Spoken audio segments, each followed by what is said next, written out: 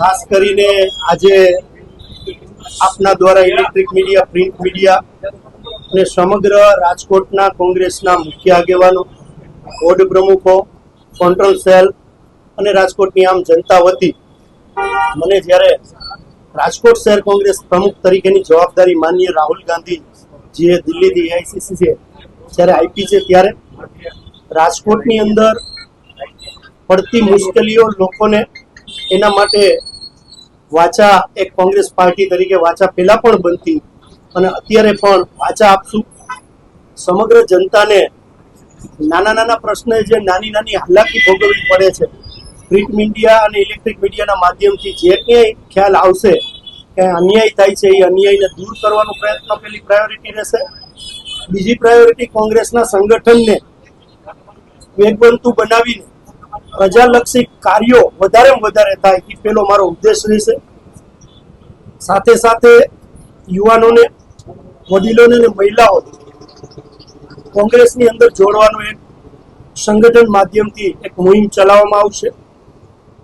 આજના દિવસે પ્રથમ મારી વરણી છે અને ચાર્જ સ્વીકારવા જઈ રહ્યો છું, ત્યારે કોઈ નેગેટિવ પ્રવૃત્તિમાં કે નેગેટિવ વાત ભારતીય જનતા પાર્ટીની નહીં કરું, પણ ભારતીય જનતા પાર્ટીની છેલ્લા 20 વર્ષ કરતા પણ વધારે રાજકોટ મહાનગરપાલિકામાં જ્યારે શાસનમાં છે ત્યારે લોકોની વેદનાને ભૂલી ગઈ છે.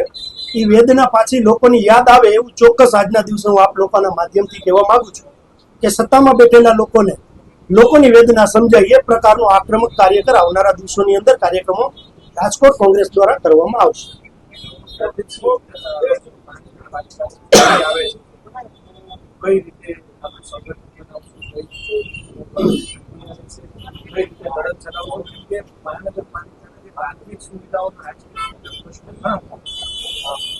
ખાસ કરીને મારા પૂર્વ પ્રમુખ અતુલભાઈ રાજાણી, હું ખુશી સાથે કહું છું કે એમને જે કંઈ અમારી પોલિટિકલી મુવમેન્ટ સંગઠન બાબતની અને ચૂંટણી લક્ષી જે બાબત છે એમને લગભગ મેજોરિટી 18 વોર્ડમાંથી લગભગ મારા નોલેજમાં છે ત્યાં લગીને 13-14 વોર્ડ લગીને એને પૂર્ણ કરેલ છે.